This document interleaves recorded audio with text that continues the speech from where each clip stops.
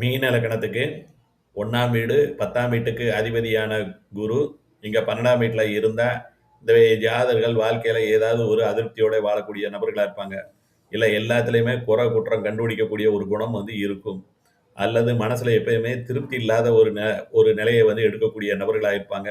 அல்லது வாழ்க்கையில விரக்தியோட வாழக்கூடிய ஒரு நபர்களா இருப்பாங்க. பொதுவா இவங்களுக்கு தொழில்லயும் ஏதாவது ஒரு மனக்குறை இருக்கிறதுக்கு வாய்ப்புகள் உண்டு.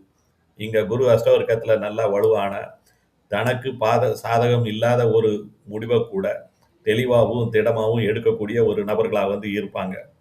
அதே மாதிரி தொழில்ல இவங்களுக்கு பிடிக்குதோ, பிடிக்கலையோ, எடுத்த காரியத்தை முடிக்கக்கூடிய நபர்களா இருப்பாங்க. தொழில்ல ஸ்திரத்தன்மை இருக்கும்.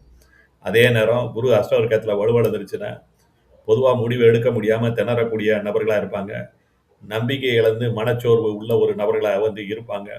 தொழில்ல ஸ்திரத்தன்மை இருக்காது. எடுத்த காரியத்தை முடிக்க முடியாம திணறக்கூடிய நபர்களா இருப்பாங்க. நன்றி, வணக்கம்.